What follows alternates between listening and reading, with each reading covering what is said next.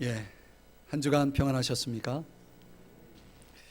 오늘 고린도후서 강해를 또 이어가도록 하겠습니다. 오늘 본문의 33절을 같이 우리가 읽었는데, 여기 보니까 바울이 광주리를 탔다 이렇게 말씀하고 있습니다. 원래 이 본문은 33절까지 21장 남은 부분을 지난주에 포함해서 설교를 하려고 하다가 요 광주리 때문에 제가 마음에 걸려서 30절에서 33절 본문을 떼어서 여러분들에게 오늘 말씀을 함께 나누게 되었습니다. 제가 깨달은 이 광주리를 오늘 여러분들에게 나눌 수 있다는 것이 얼마나 기쁜지 모르겠습니다.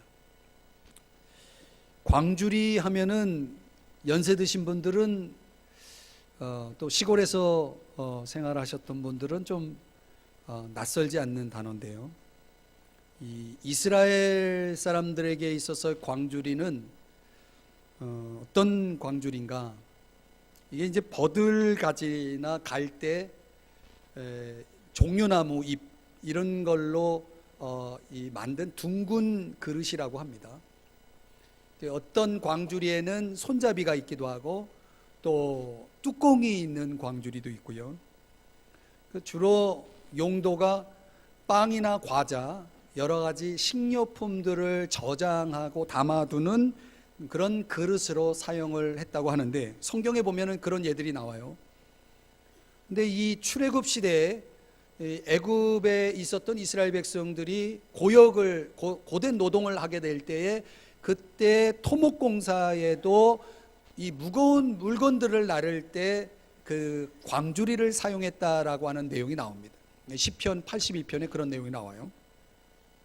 그래서 이 바울이 그런 역사 속에 또 이 이스라엘의 이런 생활 방식에서 등장하는 이 광주리를 탔다.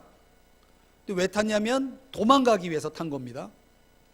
이 새끼줄 이런 갈대나 종려나무 잎을 엮어서 만든 이 광주리, 둥근 그릇에 탔다라고 하는 그런 이야기입니다. 이 복음서에 보면은 여러분 잘 아는 오병이어 기적, 칠병이어의 기적이라는 게 있어요. 이 떡 5개와 물고기 2마리로 떡 7개와 물고기 2마리로 기적을 행해서 남자 장정만 5,000명, 4,000명을 먹이는 기적이 일어났을 때, 그때 여러분 기억나시나요?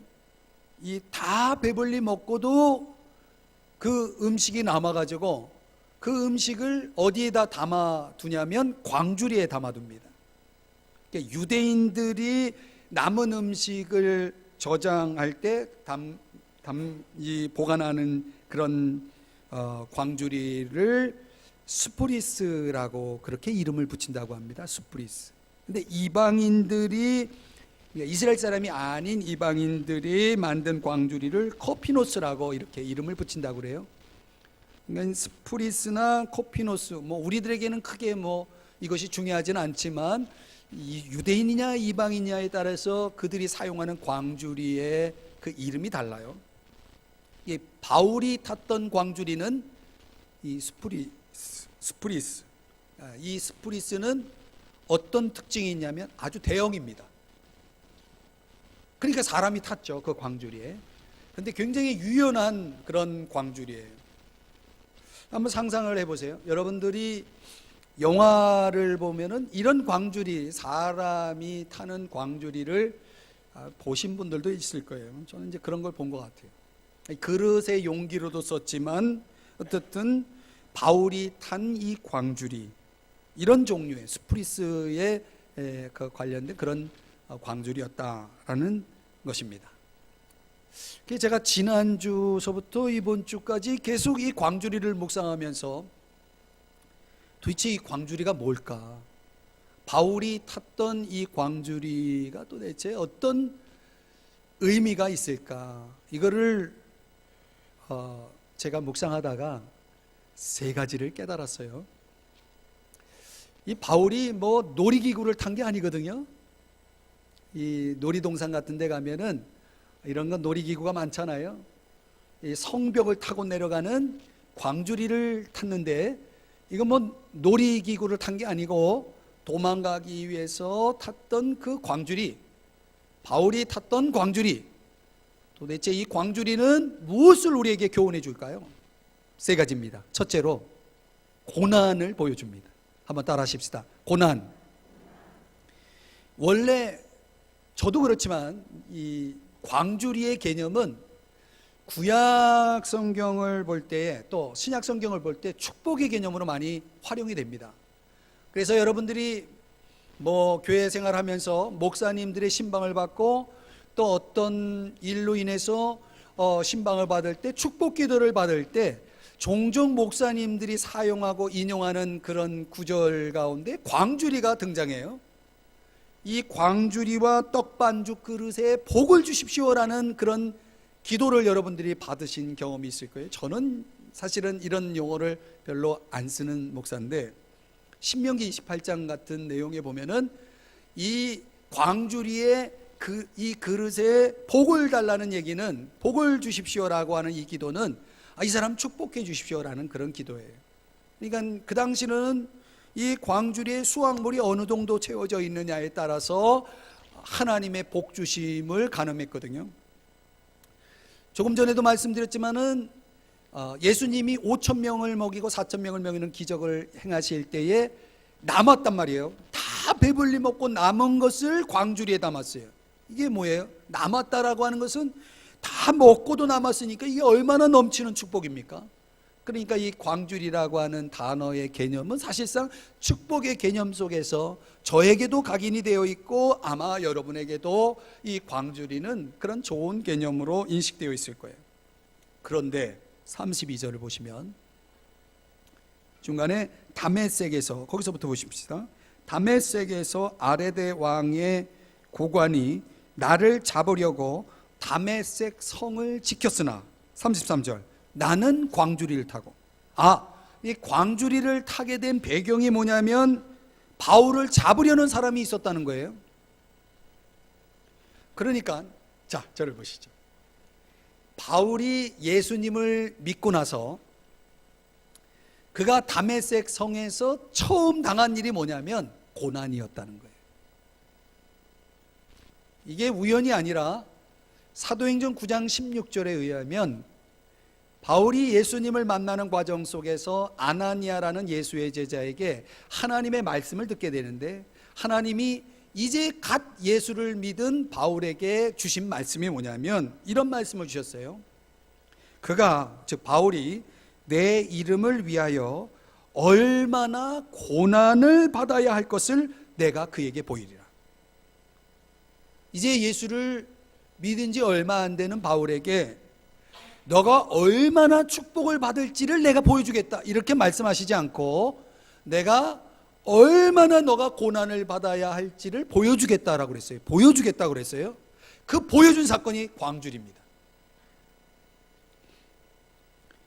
다메섹 성에서 바울이 예수 믿자마자 겪은 일은 광주리 타고 도망하는 일이었다는 거예요. 여러분 들어보세요. 그 당시 로마 황제가 누구냐면 갈리굴라라고 하는 이름이에요. 좀 이름이 어렵죠. 주 37년에서 41년 동안 이 로마를 통치하고 있었던 황제입니다. 이 갈리굴라가 이 다메섹이라고 하는 지역을 누구에게 맡기냐면 아레데 왕에게 맡깁니다. 정확하게는 아레데 4세입니다. 이 왕에게 맡기게 되는데, 근데 이 왕에게 맡겨진 다메섹을 이제 그가 아레데 왕이 통치하기 위해서 감독자들을 세우는데, 여기 성경에는 고관이라고 되어 있어요. 고관. 그러니까 굉장히 높은 관리직에 속한 사람들이죠. 이들을 통해서 다메섹이라고 하는 그 지역을 통치하고 있었던 거죠. 근데 그 당시 그 다메섹 성 안에 살고 있던 유대인들이 바울이라는 사람이 갑자기 등장하더니 자기들이 싫어하는 예수를 전하는 거예요. 그러니까 저 바울을 그냥 두어서는 안 되겠다, 바울을 잡아 죽여야 되겠다. 근데 그 성을 관할하는 고관이 허락을 해야 된단 말이죠. 그래서 그 고관하고 짭니다. 음모를 짜가지고 저 바울을 잡아서 죽이자라고 하는 그 음모가 이제 실행에 옮겨진다는 사실을 알고 바울이 간신히 탈출하기 위해서, 그것도 바울 자신이 아니라 그 당시 성 안에 있던 예수의 제자들이 바울을 광주리에 태워서 그를 탈출시키는 작전이 벌어진 거예요. 여기서 질문이 나오는 것은, 예수를 이제 막 믿은 사람이에요, 바울은. 그러면 하나님이 축복을 주셔야 되지 않을까요? 저는 20대 초반에 예수님 믿고 제 믿음 초기에 지금도 잊지 못하는 거는, 기도하는 것마다 하나님 들어주시는 거 있죠. 이야, 하나님 좋대요. 저는 하나님이 그렇게 좋으신 분인지 몰랐어요. 예수 믿는 사람도 싫어했고, 예수도 싫어했고, 하나님도 몰랐고, 믿지도 않았고, 있을 거라고 생각도 안 했는데, 예수 믿고 보니까 기도하는 것마다 하나님이 들어주시는데 이렇게 좋을 수가 없어요. 그래서 제가 은혜 속에 살다가 이제 이렇게 목사가 됐다는 거 아닙니까? 제 믿음의 초기를 생각해 보면, 그렇게 했으니 내가 이렇게 여기까지 왔지, 이렇게 생각이 돼요, 저는. 근데 바울이라고 하는 사람은 예수를 믿자마자 축복이 아니라, 기도 응답이 아니라 사느냐 죽느냐의 문제에 직면했다는 거예요. 도대체 왜 하나님은 바울에게 이 고난의 광주리를 경험하게 하셨을까? 이게 질문이에요. 이 물음이 생기는 거예요. 여러분 그렇지 않습니까? 여러분 중에 예수님을 믿은 지 얼마 안 되시는 분이 여러분 자꾸 어려움이 생겨요. 이럴 때 의문이 생기죠. 하나님, 당연히 내가 예수 믿었으면 축복을 주셔야지 왜 고난을 주시는가? 여기에 대해서 E.S. 휘트네이라고 하는 분이 이런 말을 했어요. 신앙인들은 티백과 같다. 티백이 뭐냐면 차 마실 때 그 차를 우려내는 그 티백 있죠. 티백과 같다는 거예요. 이 티백이 어떤 차인지, 어떤 맛인지, 어떤 내용인지를 알려면 어떻게 해야 됩니까? 뜨거운 물 속에 들어가야 된다는 거예요. 그 뜨거운 물 속에 들어가야 그 차의 실체를 알 수 있는 것처럼, 우리 신앙인들도 뜨거운 물 속에 들어갈 때에 그 사람이 어떤 사람인지 알 수 있다는 거예요. 참 놀라운 비유입니다. 그러니까 고난이라고 하는 것은, 뜨거운 물 속에 들어가는 고난의 그런 내용은 결국은 그 사람의 진실성을 입증하는 기회라는 사실이죠. 야고보서 1장 3절에 보면요, 너희 믿음의 시련이, 이런 표현이 나옵니다. 거기 시련이라는 단어가 도키미온이라고 하는 단어인데, 헬라어로 도키미온이라고 하는 것은 어떤 테스트를 통해서 인정받다는 뜻입니다. 그러니까 테스트를 받은 게 뭐냐면 믿음의 시련이에요. 그러니까 믿음이라는 것이 반드시 테스트를 거쳐서 인정을 받아야 되는 거예요. 그러면 이 도키미온이라고 하는 단어가 사용되는 용도는 두 가지입니다. 하나는, 여러분 금이 순금으로 만들어지기 위해서는 용광로라는 뜨거운 불 속에 들어가서 그 불순물들을 다 정제하고 드디어 비로소 100% 순도의 금을 탄생시키는 거죠. 그러니까 시련이라고 하는 것은, 고난이라고 하는 것은 내 믿음의 순도를 100%로 확인시키는, 진짜냐 가짜냐를 구별하는 중요한 시험이라는 것, 테스트라는 거죠. 이 고난이 찾아오면 그 사람이 참 신앙을 가졌는지 안 가졌는지를 스스로 알 수 있다는 거예요. 내 스스로 알 수 있다는 거예요. 아, 내가 진짜 믿음을 가졌는지 안 가졌는지. 그냥 일상 속에는 모르다가 시련이 올 때 믿음이 진짜가 아닌 사람들은 도망가죠. 주님과 상관없는 사람으로 본색을 드러내는 거죠. 그런 사람은 사실은 처음부터 불신앙이었던 거죠. 믿다가 타락하는 사람 봤습니까? 그 말은 틀린 말이에요. 사실은 안 믿은 거예요. 믿음을 가진 사람이 타락할 수 있나요? 여러분이 볼 때 우리가 외형적으로 뉴스에서 보도되는 그런 다양한 어떤 신분들이 등장하죠. 교회와 관련해서. 여러분이 그런 것들을 보고 충격을 받을 필요는 없어요. 저는 그런 것들이 다 본색을 드러낸 거라고 보는 거죠. 이단들도 본색을 드러낼 때가 있죠. 그러니까 모든 우리가 가지고 있는 실체는 그 본색을 드러낼 때가 언제냐면 시련이 올 때인 것이요. 물론 신앙인들도 방황할 수가 있습니다. 믿음을 가진 사람이 방황하고 흔들릴 수는 있어요. 그렇다고 주님을 떠나고 타락하지는 않아요. 다시 주님에게 돌아와서 그 관계를 지속하는 것이 참된 믿음을 가진 사람의 특징이에요. 그러니까 우리가 진짜 믿음인지 아닌지를 알 수 있는 기회는 시련이 있을 때만이 확인될 수 있는 거예요. 시련이라는 테스트를 통하지 않고는 저와 여러분에게 여러분이 가진 믿음이 진짜인지 가짜인지를 여러분도 모르고 다른 사람도 모르는 거예요. 사랑하는 여러분, 기억하세요.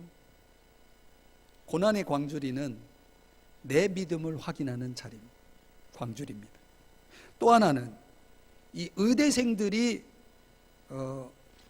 인턴 과정을 거쳐서 이제 진짜 이 의사의 신분을 정식 의사라고 하는 자리까지 가는 동안 시험을 거치죠.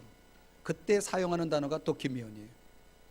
이거는 더 높은 수준으로 올라서는 그런 일종의 테스트죠. 자, 그렇다면은 이걸 피하면, 이걸 통과하지 못하면 못 올라가는 거예요. 정식 의사가 되지 못하는 거예요. 우리 신앙인도 마찬가지예요. 이 시련이라는 고난이라는 광주리를 통해서만이 우리는 더 높은 수준으로 올라가는 거예요. 내 믿음이 진짜냐 가짜냐를 확인할 수 있을 뿐만 아니라 내가 더 나은 수준으로 올라가는 이런 과정에서 하나님이 우리에게 주시는 광주리가 고난의 광주리라는 것입니다. 바울이 그걸 탄 겁니다. 사랑하는 여러분, 여러분에게 고난이 있습니까? 예, 분명히 이 자리에 고난 속에 있는 분들이 있을 겁니다. 저는 그분들에게 위로를 드리고 싶어요. 기회가 왔다. 무슨 기회? 내 믿음을, 진실한 믿음을 갖게 하는 기회, 참된 믿음을 갖게 하는 기회, 좀 더 성숙한 신앙으로 자랄 수 있는 기회. 그래서 성경은 이렇게 말하잖아요. 고난당한 것이 내게 유익하다. 이 역설적인 말씀을 이해하시겠습니까? 하나님은 더 유익한 것을 위해서 이제 갓 예수를 믿은 바울에게도 고난의 광주리를 주셨다면, 여러분의 인생 속에 예수 믿은 지 오래된 여러분에게, 우리 모두에게 고난의 광주리가 있다는 것은 이상한 일이 아니죠. 그것은 유익한 것이고요, 그것을 통해서 하나님이 이루시고자 하는 뜻이 있다는 사실을 기억하세요. 여러분의 믿음은 진짜인가요? 여러분은 성숙해져 있나요? 하나님이 여러분에게 고난의 광주리를 주실지 모르겠습니다. 두 번째로, 이 바울이 탄 광주리를 통해서 제가 깨달은 것은 약함의 광주리입니다. 한번 따라 하십시다. 약함. 우리가 지난주에 살펴본 22절의 말씀에 가보면 이런 말씀이 나오죠. 그들이 히브리인이냐 나도 그러하며, 그들이 이스라엘인이냐 나도 그러하며, 그들이 아브라함의 후손이냐 나도 그러하며. 참, 이런 표현들을 보면 여러분들이 성경이 잘 이해가 안 될 거예요. 이게 바울이 말하자면 유대인으로서 순수 혈통, 유대인이라는 것을 밝히고 있는 거고요, 자신이 아브라함의 후손이라는 걸 밝히고 있고, 또 자신이 히브리인이다라는 것은 히브리어, 이스라엘 사람들이 사용하는 언어인 히브리어를 아주 능통하겠죠. 그러니까 히브리 성경의 전문가입니다. 성경의 전문가이자 히브리어를 깊이 연구하는 사람입니다. 수많은 시간을 보낸 사람이고, 그리고 그는 율법을 철저하게 지키는 바리새인이에요. 자, 이거를 좀 현대적으로 설명을 드리면 굉장한 사람이라는 거예요. 지금 22절에서 바울이 자신을 나는 굉장한 사람이다 라고 소개하고 있는 겁니다. 가문적으로, 가문이 아주 보통 가문이 아니에요. 또 이 바울이라고 하는 사람이 학력이 대단한 사람이에요. 그 당시 가장 명망이 높은 가말리엘이라는 사람한테 사사를 받은 굉장히 수재입니다. 그러니까 학력적으로도 뛰어나고 가문도 좋고 거기다 도덕적으로 흠이 없어요. 이런 사람을 여러분 주변에서 본 적 있습니까? 대단한 사람이죠. 뭐 하나 부족한 게 없는 사람이에요. 그런 바울이 다메섹이라고 하는 곳으로 당당하게 들어가는 거예요. 그리스도인들을 체포할 권한을 가지고 아주 당당하게 들어가던 바울이, 그런데 33절에 보니까 지금 어둠을 틈타서 몰래 광주리를 타고 도망을 가고 있어요. 여러분, 광주리에 타면 사람이 어떻게 되겠습니까? 그 유연한 대형 광주리에 사람이 쏙 들어가면은 광주리가 이렇게 오그라들겠죠? 다리나 제대로 펴 있었겠습니까? 뭐 소파에 누워 있는 게 아니잖아요. 몸이 얼마나 작아졌겠어요.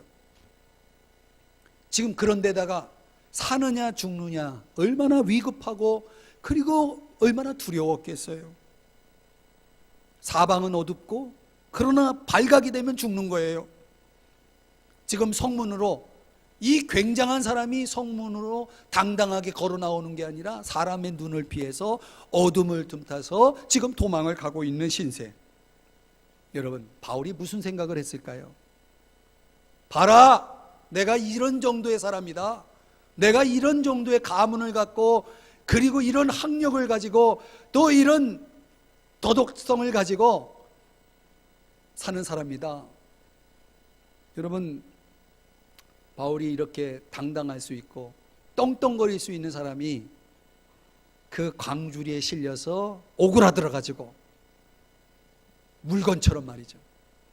지금 도망을 가는 신세 속에 바울이 무슨 생각을 했을까? 저는 약함이라고 생각합니다. 야, 내가 별거 아니구나. 내가 별거 아니구나. 가문이 뭐가 필요합니까? 지금 사느냐 죽느냐 광주리인데. 많이 배우면 뭐합니까? 지금 광주리에 있는데. 도덕적으로 훌륭하면 뭐합니까? 지금 광주리에 담겨져 있는데. 그 당시 지중해 연안의 가치관, 세계관은요, 명예를 가장 중요시하는 시대였대요. 지금 광주리에 담겨진 바울에게 명예가 있습니까? 다 필요 없는 거죠. 그 바울이 광주리 속에서 깊이 깨달은 것은 내가 굉장한 사람이라는 게 아니고 나는 아무것도 아니었구나. 이 약함을 깨달았다는 것입니다. 한 성도가 성자 프란체스코에게 이런 질문을 던졌다는 겁니다. 어떻게 당신은 그렇게 큰 일을 할 수 있습니까? 이런 질문을 던졌더니 그분의 대답이 이런 대답이었대요. 아마 이것 때문이었을 겁니다. 주님이 하늘에서 땅을 내려다 보시다가 이렇게 말씀하셨죠.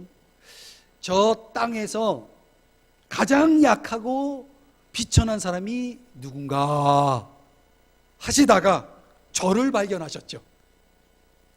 그리고 말씀하시기를 내가 그를 발견하였노라. 내가 그를 통하여 일하겠노라. 그는 그것을 자랑하지 않을 것이다. 왜냐하면 그는 보잘것 없음 때문에 내가 그를 쓰고 있다는 사실을 잘 알고 있기 때문이지. 사랑하는 여러분, 이 프란체스코가 실제로는 정말 비쩍 마르고 약한 사람이었다고 그래요. 그가 큰 일을 이룰 수 있었으면 그가 굉장한 사람이었기 때문이 아니라 이 세상에서 가장 약하고 비천했기 때문에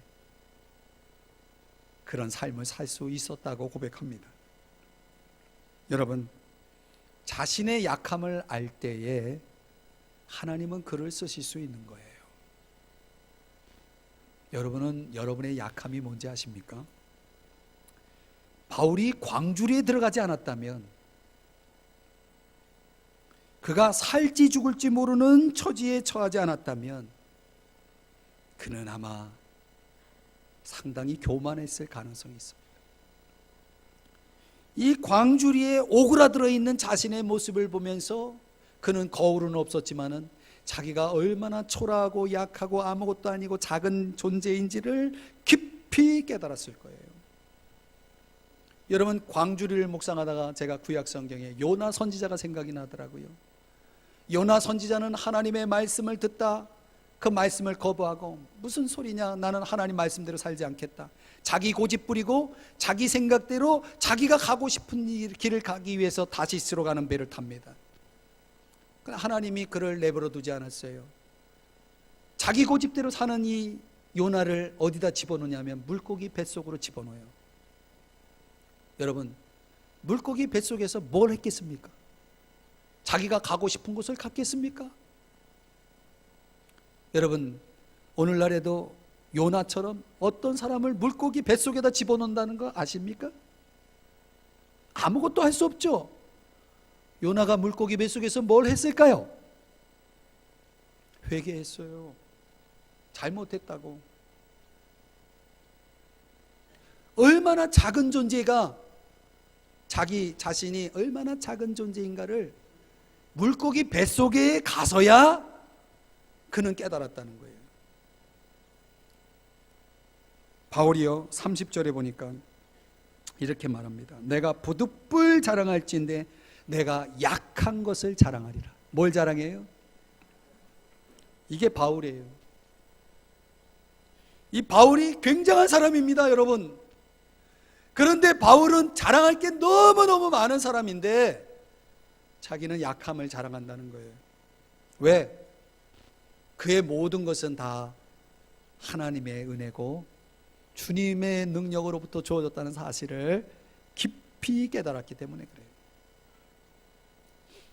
여러분, 저 미국에 가면은 이 서부 LA 쪽에 큰 교회가 하나 있는데, 제가 하기시 수요식 때 2015년에 그 교회를 가봤습니다. 세들백 교회라는 교회인데, 이 주일에 주차장이 얼마나 넓은지요.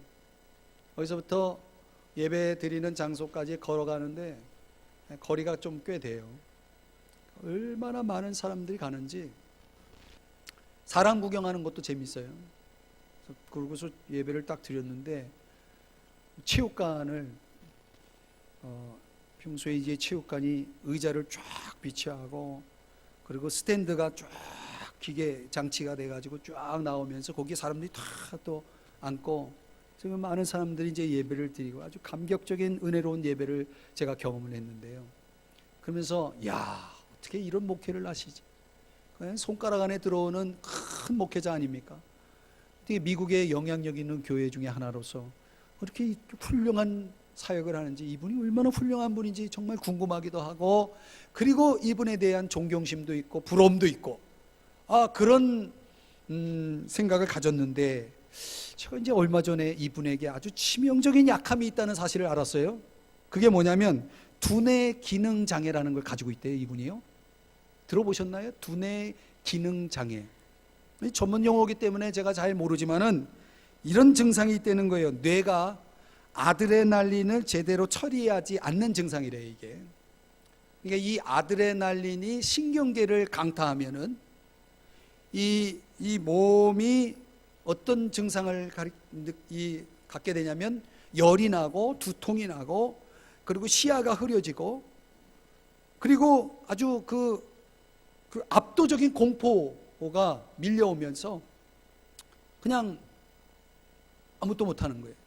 설교할 때도 가끔 이 두뇌 기능 장애가 나타나서 고통을 느낄 때도 있고, 큰 집회를 하고는 며칠을 알아 누워야 되고, 그리고 이분이 이 장애 때문에 대학교도 중퇴했고, 이런 분이었다는 거예요. 그래, 그 엄청난 목회를 하는 이분에게 두뇌 기능 장애라는 이 치명적인 약함이 있다는 사실을 제가 보고 깨달았어요. 제가, 야, 이분이 굉장한 분이 아니었구나. 이분을 쓰신 하나님이 굉장한 분이었구나. 사랑하는 여러분, 하나님은 전능하신 분이에요. 아십니까? 하나님은 전능하신 분이에요. 그렇기 때문에 인간이 아무리 약함을 가지고 있어도 그 약함이, 인간이 가지고 있는 약함이 그분의 그 전능성을 제한시킬 수가 없어요. 얼마든지 하나님은 약한 자를 들어 쓰실 수 있는 분이고 그 약한 자를 들어 쓰시기를 기뻐하시는 분이라는 거죠. 이 바울을 왜 이 약함의 광주리 속에 집어넣었을까? 하나님이 들어 쓰시려고. 하나님이 들어 쓰시려면 이 사람이 어떻게 해야 되냐면 겸손해야 돼요. 여러분, 이게 없었다면, 이 약함의 광주리가 없었다면, 이 몸이 오그라드는 물건처럼 광주리를 타고 던져진 이 경험이 바울에게 없었다면 바울은 분명히 교만 덩어리가 되어 있었을 거예요. 바울은 자신이 가지고 있는 역량, 능력, 이 모든 배경을 가지고 아마 자기가 하나님인 양 착각하며 살았을지 모르겠습니다. 사랑하는 여러분, 우리는 약한 사람이라는 것을 깨달으셔야 됩니다. 이 약함을 깨닫는다는 것은 어마어마한 은혜예요. 이 은혜로부터 우리는 두 가지를 깨닫는 거예요. 하나님이 얼마나 크신 분인지, 하나님이 얼마나 능력이 많으신지를 그때 우리가 깨닫고, 그 하나님의 크심 앞에 우리는 작은 존재고 약한 존재인 걸 깨달아서 비로소 우리는 겸손하게 되어진다는 사실, 깨달으시기를 바랍니다. 세 번째로 광주리, 바울이 탄 광주리를 통해 제가 깨달은 것은 구원의 광주리입니다. 한번 따라 하십시다. 구원. 33절 끝부분에 보니까 그 손에서 벗어났다. 이 무슨 손이냐면 이 손은 바울을 죽이려는 사람들의 손에서 벗어났다는 거예요. 구원을 받았다는 거죠. 그래서 구원의 광주리입니다. 제가 이 광주리를 묵상하다가 성경의, 구약 성경의 중요한 두 개의 광주리를 깨닫게 되었어요. 알게 되었어요. 그 광주리가 뭐냐면 첫 번째 광주리는 노아의 광주리예요. 여러분, 노아 하면 뭐가 생각납니까? 방주가 생각나죠. 그 방주가 사실 하나님이 좀 크게 만든 광주리예요. 히브리어로는 테바라고 하는데 이 테바라는 단어가 광주리라는 뜻이에요. 나무 상자. 실제로 방주는 홍수 심판을 내리고 그 방주가 물 위에 떠 있을 때 프로펠러가 달려있거나 어떤 기계 장치가 있어서 어디 방향을 향해서 가고 그런 게 아니고 그냥 물 위에 둥둥 떠 있는 나무 상자였다는 거예요. 이게 테바예요. 하나님이 인류를 심판하고 그리고 하나님의 백성인 의인인 노아의 가족들을 구원하기 위해서 마련한 하나님의 광주리, 그게 방주라는 거고, 그게 똑같은 단어가 어디 나오냐면 이스라엘 백성들이 이 애굽에서 생활할 때에, 고센 땅에 있을 때에 그들이 아주 심한 노동을 하게 됩니다. 정책에 의해서. 그러면서 남자아이들이 태어나면 다 죽이라는 왕의 명령이 내려졌을 때 그때 모세라는 남자아이가 태어납니다.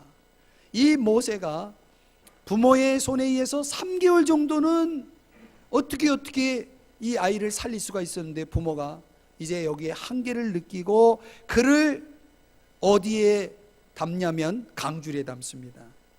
성경은 갈대상자라고 그랬죠. 그게 테바예요. 방주랑 똑같은 단어입니다. 그 광주리에 담아놨다가 드디어 그 광주리로 인해서 모세가 구원을 받고 어디로 들어갑니까? 애굽 궁정으로 들어가서 거기서 양육을 받고 이제 이스라엘 지도자로 쓰임을 받게 됩니다. 참 놀라운 얘기예요. 바울이 탄 광주리가 테바라는 거예요. 이 테바는 영적으로 보면 예수 그리스도입니다. 방주에 들어간 가족만이 살아남을 수 있었고 갈대 상자에 담겨져야만이 모세가 살 수 있었던 것처럼 바울이 광주리에 타야만이 구원을 받을 수 있었던 것처럼 저와 여러분도 이 광주리 속으로 들어와야 됩니다. 이 광주리 영적으로는 예수 그리스도를 가리킵니다. 예수 그리스도 안으로 들어와야 여러분들이 심판을 면하고 구원을 받는 것입니다. 하늘나라에 가게 되는 것입니다. 그런데 이 광주리는 천국 가는 광주리이기도 하고 예수님을 믿고 천국 갈 수 있는 광주리이기도 하지만 또 한편으로는 이 광주리는 우리의 생활 속에서 우리가 겪는 모든 어려움으로부터의 구원의 광주리이기도 합니다. 바울은 31절에서 주 예수의 아버지 영원히 찬송할 하나님이라고 찬양하고 있습니다. 이 억울한 오해와 같은 고난 속에서 바울의 생명을 보호하시고 바울의 진실을 보호해 주신 그 하나님, 이제 바울은 뭐 하고 있냐면 찬양을 하고 있습니다. 영원히 찬송을 받으실 분이라고 찬양하고 있습니다. 구약 성경에 보면 다윗이라고 하는 사람에게도 하나님이 광주리를 준비하십니다. 이 사울 왕이 다윗이라고 하는 사람을 죽이려고 군사들을 다 풀어서 온 백성들을 풀어서 다윗을 찾습니다. 근데 다윗을 찾을 수가 없어요. 왜 그러냐면 성경에 뭐라고 했냐면 생명싸개로 그를 보호했다고 그랬어요. 마치 투명인간처럼 다윗이 보이지가 않는 겁니다. 근데 다윗을 죽일 수가 없었어요. 그래서 그 구원의 메타포를 이 시편 18편에 보면은 7가지의 메타포가 나오는데, 비유가 나오는데, 이 비유가 다 뭐냐면 하나님이 나를 광주리로 구원해 주셨다는 그런 메타포예요. 사랑하는 여러분, 그런 다윗을 보면서 사람들이 시편 3편 2절에 보면은 뭐라고 얘기냐면 너의 하나님은 너를 구원해내지 못할 거야. 이 말하자면은 오늘날 예수 믿는 사람들한테 이렇게 말하는 거가 똑같아요. 너 예수 믿어봤자 별 볼 일 없어. 하나님이 뭐 살아계시기나 하냐? 예수 믿어도 다 소용없는 거야. 만약에 여러분, 예수 믿는 여러분에게, 저와 여러분에게 누군가 그런 얘기를 한다면 너 사는 거 봐라, 하나님이 너랑 함께 하나, 하나님 널 구원 못해, 이렇게 말하는 사람들의 소리를 들으면 그것처럼 가슴을 아프게 하는 것은 없는 것 같아요. 여러분, 세상 살면서 이상하지 않습니까? 어려운 일이 많아요. 근데 그 어려운 일이 죄 짓는 사람들에게 있는 거는 당연한 거죠. 근데 죄 없는 사람도 어려운 일을 당해요. 예수 믿지 않는 사람들이 어려움을 당하는 거, 근데 예수 믿는 사람도 어려움을 당해요. 세상은 언제나 문제가 많고 누구에게나 있어요. 왜 그럴까요? 세상에 죄악이 관영하기 때문에 그래요. 이 죄로 오염된 세상이기 때문에 세상 살다 보면은 문제들이 많이 일어나는 거죠. 그 사람들이 문제를 만나면 뭐합니까? 흥분하죠, 분노하죠, 절망하죠. 조금 더 발전되면 뭐합니까? 하나님께 원망해요. 하나님, 도대체 하나님 믿는 우리에게 왜 나에게 이런 일이 자꾸 생깁니까? 하나님 계시는 거예요, 안 계시는 거예요? 여러분, 이런 원망이 있을 때가 있습니까, 없습니까? 있어요. 그런데요, 우리가 냉정하게 보면 세상 문제를 가만히 들여다보세요. 그게 어디 하나님 책임입니까? 그게 다 인간 죄인들이 다 저지른 문제 아닙니까? 여러분, 문제는요 다 사람이 만들어 놓은 거예요. 하나님은 뭐 하시는 겁니까? 하나님은 그 인간이 만들어 놓은 문제 풀어내는 해결사 역할을 하고 있는 거죠. 그래서 여기에 믿음이 필요한 거예요. 다윗이 어떤 믿음을 가졌냐면, 한번 따라 하십시다. 구원은 하나님께 있다. 구원은 세상에 있지 않습니다. 나에게도 있지 않습니다. 어느 누구에게도 있지 않습니다. 구원은 하나님께 있는 겁니다. 그래서 이 불가능이 없으신 하나님이 우리에게 필요한 거예요. 여러분, 스포츠를 보면, 저 스포츠를 참 좋아합니다. 보는 것도 좋아하고 하는 것도 좋아하는데, 그 인저리 타임이라는 게 있어요. 인저리 타임. 게임은 끝까지 봐야 돼요. 이제 졌구나 하고서 게임을 보다가 안 보는 사람들 나중에 보면 역전이 되어가지고 승패가 달라져요. 그 묘미가 그런 거죠. 그래서 끝나야 끝난 거다, 이런 말이 있죠. 여러분, 지금 우리가, 예수 믿는 우리가 지금 질 수가 있어요. 지금은 질 수 있어요. 지금 어려울 수 있어요. 그러나 끝났나요? 안 끝났어요. 결국은 우리는 구원을 받을 겁니다. 결국은 우리는 승리할 거예요. 그러니까 하나님은 구원의 하나님이요 전능의 하나님이시기 때문에 그분은 우리 곁에서 언제나 우리가 무슨 일을 당하든지 구원의 광주리를 내려주셔서 우리를 지켜주실 것이다. 그리고 우리를 승리케 하실 것이라는 믿음, 오늘 저와 여러분에게 필요하다는 것이죠. 여러분은 구원의 광주리를 어떻게 경험하고 계시나요? 저는 이 광주리에 대한 묵상을 통해서 제가 내린 결론은 이것입니다. 우리 모든 신앙인들에게는 필수 광주리다. 이 세 가지가 있어야 우리는 내 믿음의 진실성을 알게 되고 하나님 앞에 겸손을 배우게 되고, 그리고 하나님이 나의 구원의 하나님이시라는 사실을 깨닫고 그분만을 전적으로 신뢰하면서 그분을 높여드리는 삶을 살아가게 된다는 것, 그것이 바울이 광주리를 탐으로 인해서 우리에게 던져주는 교훈이다. 사랑하는 여러분, 오늘 말씀을 맺으면서 여러분에게 광주리의 은혜가 있기를 주의 이름으로 축복합니다. 진실한 믿음을 가지십시오.